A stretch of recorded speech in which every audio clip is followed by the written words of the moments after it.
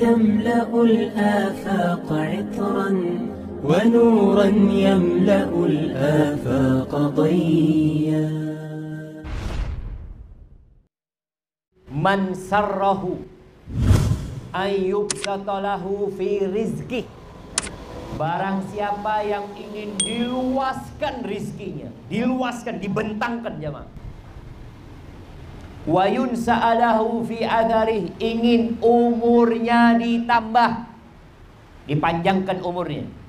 Kita ini sekarang takut sama COVID-19, ya, takut mati. Maka dengarkan sabda Nabi SAW, fal yasil rahimah. Yang ingin diluaskan rizkinya, dipanjangkan umurnya, hendaklah silaturahim. Jangan sampai antum sama paman, sama sepupu, sama keponakan ribut.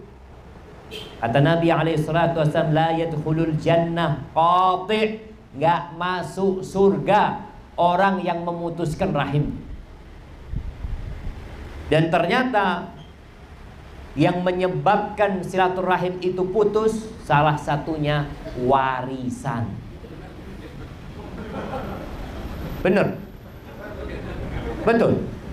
Nah, betul coba. Ini ponakan gak nyapa sama pamannya, kakak beradik berantem gak bertegur sapa.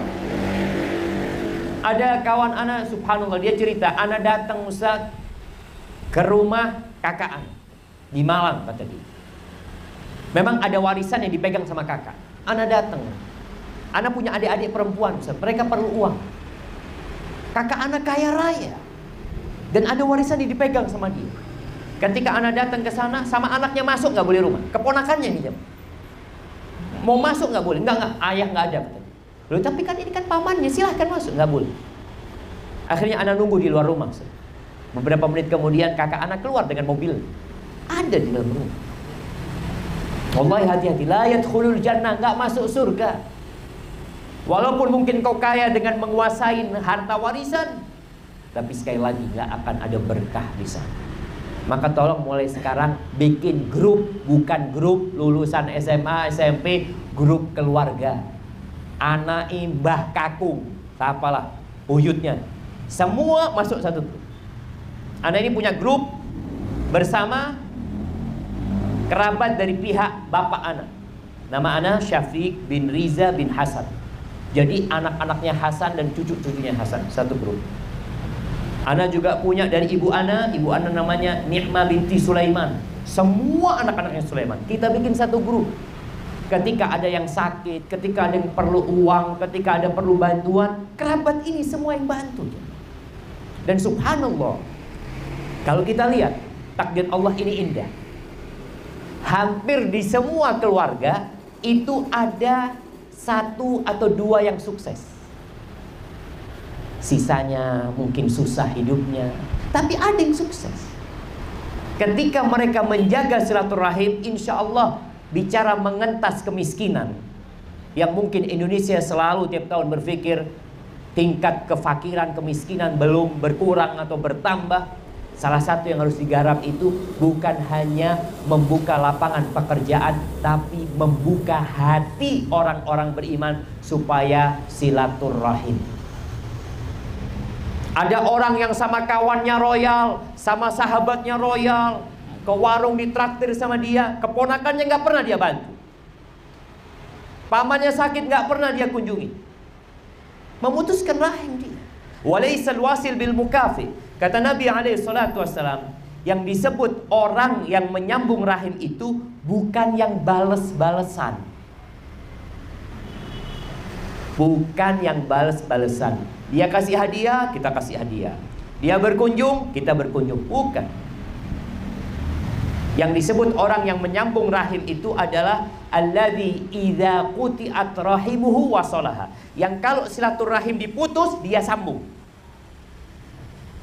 Dia punya paman gak bertegur sapa sama bapaknya. Nih anak, keponakan ini berusaha untuk nyambung. Mungkin dia ke rumah pamannya ditolak, mungkin ketemu sama sepupunya ditolak, tapi dia tetap berusaha. Itu yang disebut menyambung rahim. Maka tolong antum sekarang mulai belajar. Belajar apa? Belajar nasab. Nah, antum yang pakai baju oranye, kasih mic.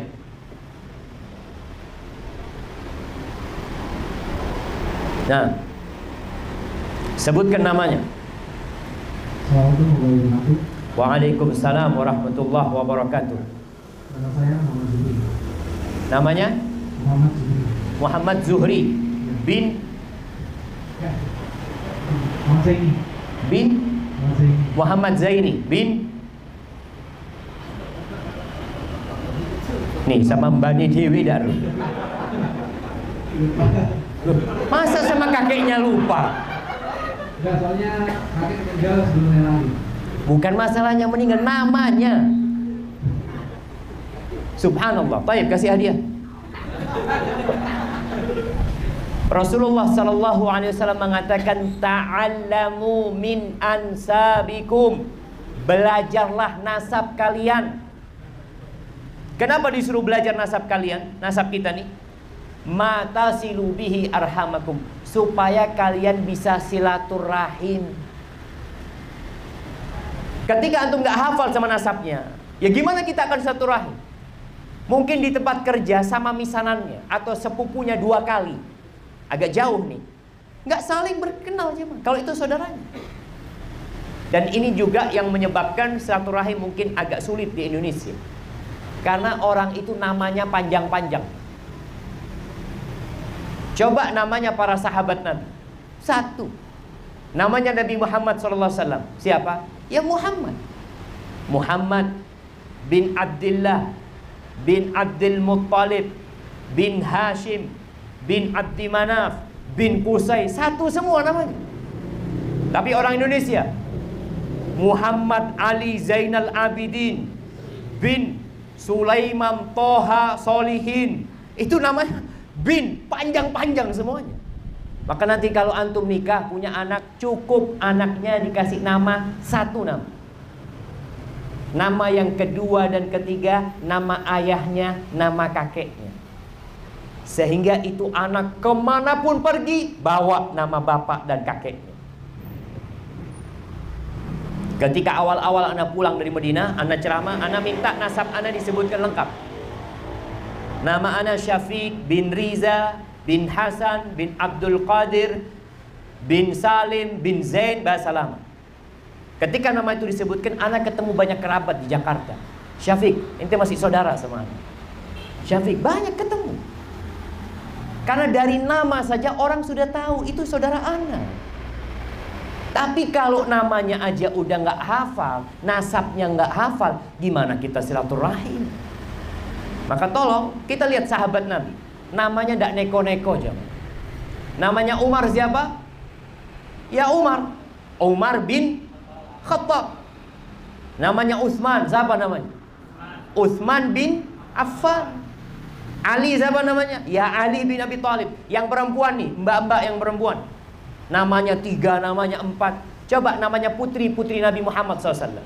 1 semuanya. Fatimah binti Muhammad, Zainab binti Muhammad, Ruqayyah binti Muhammad. Karena tujuannya adalah menjaga silaturahim ini. Dan kunci menjaga silaturahim, menghafal nasab. Tulis nasab itu. Adakan pertemuan, ketahuin kondisi orang-orang. Ini untuk buka pintu rizki kita.